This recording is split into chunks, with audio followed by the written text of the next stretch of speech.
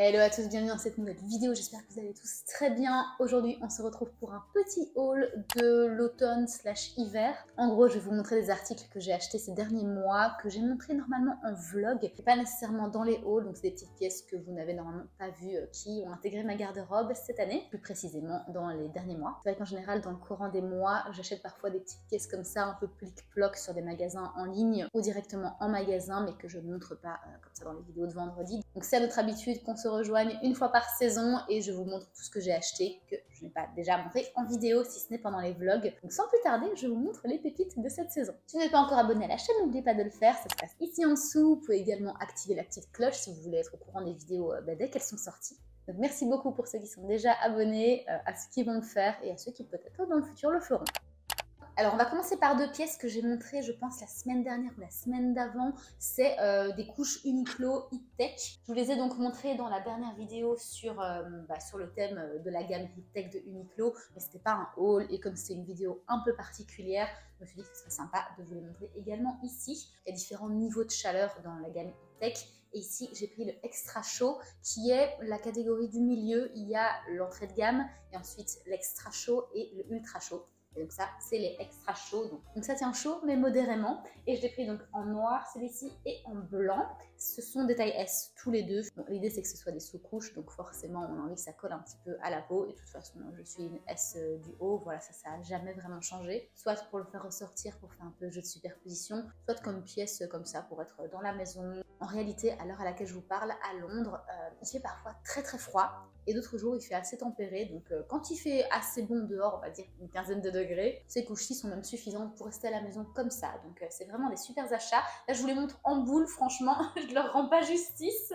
Mais voici, donc c'est des petits pulls tout simples, col rond. Il y a plein d'autres coupes sur Uniqlo, col roulé, col rond, mais un peu plus décolleté. Là, j'ai vraiment pris le col rond tout simple, manche longue, noir et blanc, et c'est tout. Je vous réinsérer les close-up que j'ai fait la dernière fois. La deuxième pièce, je l'aime d'amour et je vous l'ai présentée dans une des vidéos, mais en photo, il y a quelques mois de ça, quand c'était les vidéos du mercredi, je pense, je sais plus c'était quoi, la vidéo des tendances, je pense, la vidéo des tendances d'automne, oui. Et en fait, c'est ce pull-ci, ce pull rugby de chez Beaufort Blake. Désolée, j'ai vraiment tendance à tout mettre en boule. Alors, je vous l'avais fait défiler en photo sur le côté. Et quand j'ai posté la photo, je me souviens que ça faisait au moins un mois que je voulais me l'acheter, particulièrement celui-ci. Il y a plein d'autres polos de rugby qui tournent sur les réseaux. Beaufort Blake, c'est une marque anglaise. L'année dernière, il m'avait même envoyé un truc gratuit, mais celui-ci, pas du tout. Hein. Je l'ai acheté complètement moi-même. Et là, pour le coup, j'ai pris taille M. Parce que pour la petite histoire, donc après avoir posté ma vidéo, je me suis moi-même auto-influencée à aller l'acheter parce que, je vous dis, il était sur mon radar depuis trop longtemps que pour ne pas passer à l'achat. Je pense qu'au bout d'un moment, quand une pièce vous obsède, il faut la prendre. Et croyez en mon expérience, plus vous attendez, moins il y a de chances que la pièce soit encore en stock. Parce qu'en fait, quand je me suis décidée à passer à l'achat, je vais sur le site et il n'y a plus aucune taille de disponible. Voilà. Mais il était encore sur le site, donc je me dis peut-être qu'il y aura encore du stock, peut-être qu'ils vont soit refaire du stock, soit quelqu'un va faire un retour. Et effectivement, un matin, je me suis connectée assez tôt et je pense qu'il y avait eu des retours la veille ou quoi. Il y avait un seul polo qui était revenu en stock et c'était la taille M. Donc ici, il est taille M, il est assez large, je ne vais pas vous le cacher, c'est clairement pas ma taille, ça se voit que c'est oversized. Déjà de base, il était censé se porter de manière un peu oversized, mais là, j'ai pris la taille supérieure à celle que je prends d'habitude, donc forcément, c'est très oversized. Mais je l'aime d'amour, il est tout doux. Je pense que vous ne pouvez même pas imaginer à quel point il est doux. Regardez ici à l'intérieur, c'est aussi ces bleus un petit peu jean et ça rappelle en fait les lignes bleues très subtiles ici, au-dessus du vert, un peu un vert vieilli, trop beau. Et à l'arrière, c'est brodé Beaufort, je pense. Oui, c'est ça, parce que la marque c'est Beaufort Blake. Et au niveau de la matière, je me demande ce que c'est parce que c'est vraiment très doux, comme je vous disais, et j'avoue que j'ai jamais regardé ce que c'était. 100% coton, voilà. Ça t'explique. Voilà, c'est du 100% coton. Quand je sais pas quoi mettre le matin, je peux vous dire, ça c'est la pièce que je mets. Mais je sais qu'ils en ont sorti d'autres qui ont des couleurs mais si belles. Je pense que ça va un petit peu sur le prune. C'est trop beau. Je vous fais défiler ici des photos. Je vais pas craquer parce que celui-ci m'a déjà coûté assez cher. Je pense que j'en ai eu pour une 50aine de livres. Parce qu'il était en solde puisqu'ils étaient en train d'écouler les stocks. Donc quand même, 50 livres, c'est quand même beaucoup pour un polo. Mais je vous assure, il est trop bien. Ensuite, on va passer à une marque que j'ai découvert nouvellement, on va dire. Et c'est la marque Cider. Je pense que ça n'existait pas en réalité il y a 6 mois de ça. Donc j'en ai découvert parce qu'en fait, ça vient de sortir quoi. Et en fait, la première pièce que j'ai prise, c'est Bon, ça lui rend vraiment pas justice. Attendez, je vais fermer les boutons.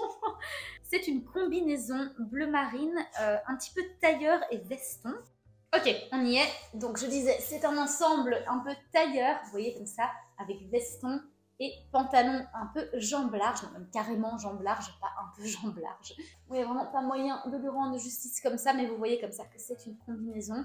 Je vous la montre portée, vous savez quoi, ce sera plus simple. Et donc la couleur c'est bleu marine et je l'ai prise en taille M celle-ci, puisque je suis un 36 du bas et un S du haut, j'aurais dû aller sur le 36 pour la combinaison. Le truc c'est que j'ai commandé en fait les deux tailles, la 36 et la 38. La 36 m'allait mieux, dans le sens où c'était plus ajusté à ce niveau-ci. Pour l'instant, là avec la M, ça baille un petit peu. Au niveau du bas, c'était hyper bien ajusté, sans déconner, ça m'allait parfaitement. Mais j'ai gardé la M et non pas la S, parce que j'ai envie de la mettre en fait quand je reste à la maison. Et quand je reste à la maison, que je télétravaille et tout, j'ai pas envie nécessairement que les vêtements soient trop ajustés. C'est sûr que si je la mettais uniquement en sortant, j'aurais gardé la 36. Mais là, comme j'ai envie d'être à l'aise chez moi, j'ai pris la 38. C'est un petit peu large, mais au moins je suis sûre de la mettre parce que je sais très bien au fond de moi que si j'avais pris la 36 qui était parfaitement ajustée, j'aurais moins eu tendance à la mettre. Donc voilà, c'est pour ça que j'ai gardé la 38. Et en parlant de ça, j'ai dû vendre la 36 sur Vinted. Sur Instagram, je vous avais posté mon Vinted, mais il est accessible qu'en Angleterre. Parce qu'en fait, j'ai mis tellement de temps à me décider que j'ai loupé le délai de renvoi en fait de la combinaison taille 36. Donc je me suis retrouvée avec les deux combinaisons. J'ai hésité à les garder toutes les deux. Pour garder la 36 pour quand je sors et la 38 pour la maison. Mais bon, la raison m'a rattrapée et j'ai mis la 36 en vente. Elle est partie en l'espace de 2 jours, je pense. Et d'ailleurs, en parlant de ça, la matière, c'est clairement du synthétique. Par contre, c'est de la plutôt bonne qualité. Et c'est pour ça aussi que je l'ai gardée. Toujours chez Cider, je vous l'ai présenté dans un vlog, j'en suis sûre, parce que j'ai fait le montage il n'y a pas si longtemps de ce vlog-ci. Et c'est ce pantalon-ci, donc un pantalon beige, toujours de chez Cider. Voilà, jambes larges, beige. Mais franchement, on est quasiment sûr du blanc, c'est pas un beige plus brun, c'est très très clair. Il y a un bouton ici, j'aurais préféré que ce soit une accroche comme sur la combinaison. Mais bon, ici c'est un bouton et vous voyez que les pinces sont très larges et d'ailleurs dans la pince passe la ceinture. D'ailleurs, il y a aussi une ceinture qui venait avec le colis.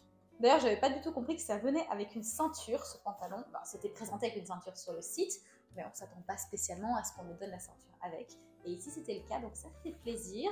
Perso, je l'ai déjà mis plusieurs fois, mais avec ma ceinture marron de chez Riverwoods, parce que en fait, une petite ceinture, ça a tendance à pas cacher le bouton ici. Alors qu'une grosse boucle, en général, oui. Voilà, comme ça, vous pouvez voir avec la ceinture, c'est quand même super joli. C'est clair que le noir avec le beige, ça va très bien, mais également le marron. Donc en réalité, n'importe quelle couleur de ceinture vous avez, ça devrait aller bien. Juste pensez que ici, la boucle n'est pas si large, donc si vous avez des grosses ceintures, ça passera pas. Un pantalon à pince comme ça, c'est hyper important, je trouve, dans la mode actuelle. J'adore, et en plus beige, ça va avec tout. Ça manquait vraiment à ma garde-robe, un pantalon jambes larges, flowy beige. Ensuite, une pièce que je pense vous attendez, je vous l'ai présentée dans un des lookbooks que j'ai fait. Je ne sais pas si c'est le lookbook automne ou les tenues de la semaine. Et ce sont bien évidemment mes bottes de chez Massimo Dutti. Donc j'ai craqué enfin pour des bottes cavalières. Oui, il était temps, mais sans talons celle-ci. En fait, ces bottes, ça faisait, je pense, 1 an et demi que je les voulais. Pas spécialement sur Massimo Dutti, je regardais un petit peu partout. Mais je voulais que ce soit des bottes de grande qualité. Donc j'étais prête aussi à y mettre le prix. Donc forcément, j'ai cassé ma tirelire, mais j'avais économisé pour. Et le modèle de Massimo, avant de passer à l'achat, ça faisait, je pense, au moins 3-4 mois que c'était sur ma wishlist. Comme quoi, ça sert vraiment d'avoir des wishlists parce que comme ça, c'est quand même moins culpabilisé déjà avant de passer à l'achat. Mais aussi, ça permet d'être cohérent dans les achats qu'on fait et de ne pas se laisser tenter à des achats un peu trop impulsifs. Si vous aimez toujours l'objet, une fois que vous avez le budget pour et que c'était sur votre wishlist depuis des mois, alors à ce moment-là, c'est que vous y tenez vraiment et que c'est pas juste une passade. Et ces bottes-ci, ça faisait, je vous dis, des années que je cherchais le modèle parfait et des mois que c'était sur ma wishlist exactement ce modèle-ci. Donc vous voyez, il n'y a pas de talons, ce sont des bottes noires cavalières. Alors comment est-ce qu'on reconnaît des bottes cavalières versus des bottes plus classiques? Eh bien tout simplement ici, il n'y a pas ou pratiquement pas de cambrure, enfin vous savez, de petits renfoncements ici pour le talon. Ça a l'air de laisser beaucoup d'espace au niveau du mollet et pour moi qui ai des mollets de taille moyenne, même plutôt fin, je vais vous dire que c'est pas juste, mais c'est pas non plus hyper large. Et il y a un petit twist ici, puisqu'il y a une boucle que vous pouvez enlever, by the way. En fait, de l'autre côté ici, de l'autre côté, il y a un petit clou. Mais personnellement, je trouve que ça ajoute vraiment un truc. Après, si je m'en lasse, voilà, c'est une option, je peux l'enlever. Je vais pas vous cacher que ces bottes-ci, c'était un sacré budget. Je vous mettrai le prix ici en dessous, je m'en souviens plus. et je pense qu'on s'approchait des 300 livres sterling. Donc elles ont intérêt à me durer et j'ai vraiment intérêt à les mettre sérieusement.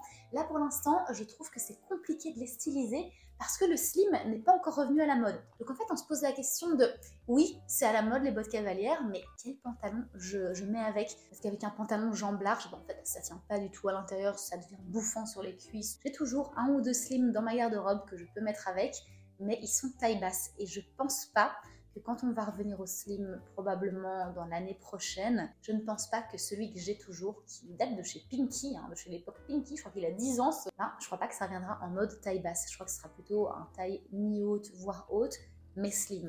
Donc voilà, pour l'instant, je porte pas ces bottes avec des pantalons, mais bien avec des jupes. C'est plus joli, je trouve, avec des bas collants. C'est beaucoup plus élégant, surtout pour la saison automnale, hiver. Mais c'est vrai que ça me restreint pas mal de ne pas pouvoir les mettre avec des pantalons. À l'heure où je filme là, j'ai plus qu'un article à vous montrer, mais pas des moindres. Et il s'agit de cette magnifique veste de sport Tommy Hilfiger. Donc c'est en grand Hilfiger là, on peut pas le louper. Ça rappelle l'époque Abercrombie avec les gros logos.